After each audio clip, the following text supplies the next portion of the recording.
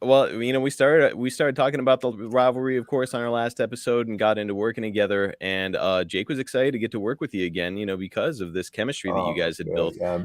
It's like uh, wrestling is just like doing a dance, and we had great chemistry from the get go, and I believe that's because we both came from the same school, if you will, of wrestling psychology.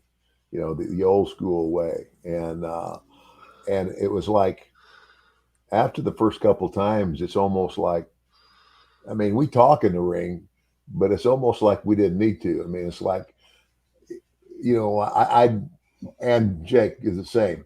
Yeah. I would do something, he would position himself. He'd, stagger over into the corner and turn around and say, "Oh, okay, boom, chop, whatever." So there was a lot of things that we did in a match where we didn't even have to talk about it. We No, just we did it. just fed each other. That's it. That's it. I've heard about tag team partners getting like that, where it's like after a Yeah. while you can just kind of give somebody a look and they know exactly what's coming next or Well, what it's they your need to your do. action causes my reaction, Yeah, exactly. or your reaction causes my action. Yeah. Both Mhm. ways. Yeah. Man, interesting. A lost art for sure. Yeah, It's absolutely is. and Jake, man, what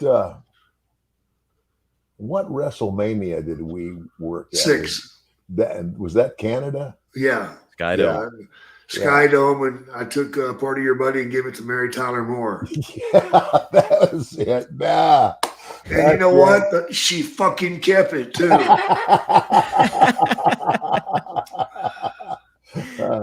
She might have been the richest person in the building, and Yeah, she's keeping the well, money. It was no sweat off of Jake's butt because it was my money.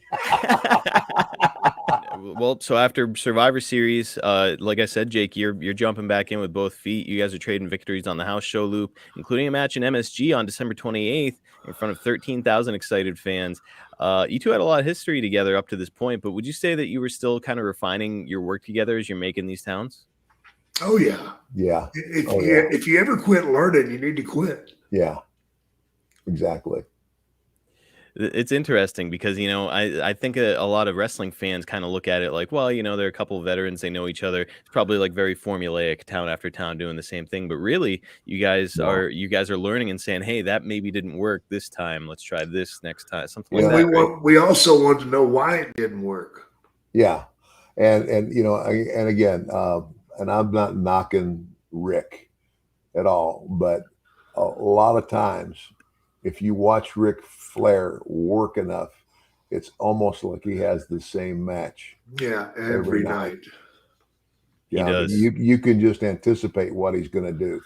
The same bumps, everything. Yeah, and that's as far as we're concerned anyway. That's not where it's at, man. No. So all of your matches, as you guys are going, is it just completely called in the ring along the way? Yeah. Yeah.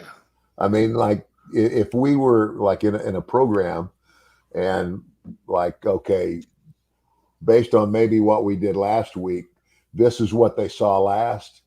And we might talk about, like, since that's what they saw last, maybe we should start this way. Start, based on what they saw the last time.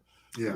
Kind of like if I, really screwed him over and what have you. And instead of just get in the ring like you're going to, I'm in the ring. And he just comes running down the aisle, slides in and chases me around the ring until he catches me. And I think we actually did a spot like that. But we would talk about something like that, like a beginning, but only based on history we already had. And other than that, everything in the middle was ad lib, and then when it's, and that's the other thing too, is when you're doing it and you learn, it's like it's an acquired skill. Listening to the crowd, it's like you just know, and then when you really got them and they're there, you know when to go. Yeah. And let's take it home. Absolutely. Yeah. It's like making a bowl of soup. You got potato, you got the stock, you got the meat. Oh, it needs a little salt and pepper. That might be a heat spot or a comeback spot, whatever. Mm-hmm. And you just keep adding it and build it, add it and build it, add it and build it. Finally, the soup's fucking ready. Let's get it out of the pot and into the bowls. Mm-hmm. That's when you dump it and go home. The perfect analogy. And yeah, I've been fortunate enough to be behind the scenes for a couple wrestling shows, and on a couple of occasions, I've seen some of these young guys going through the steps backstage where they're like locking Yeah, up and doing go Uh, behinds and I all know, this, and, man. and it's like, Makes me guys, sick. yeah, it's I'll be honest, and I've said this before. I watch some girls work and think they actually work better than a lot of the guys.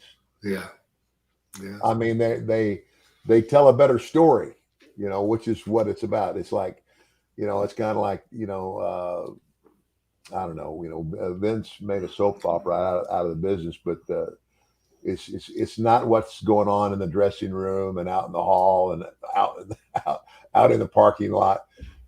The stories, the story that you tell in the match, and that's where you get them, and that's just not. I don't know. It doesn't seem to be important anymore, because when I watch these guys now, I look like I'm watching a circus act. They're just bouncing around the ring, taking bumps and not selling shit. yeah.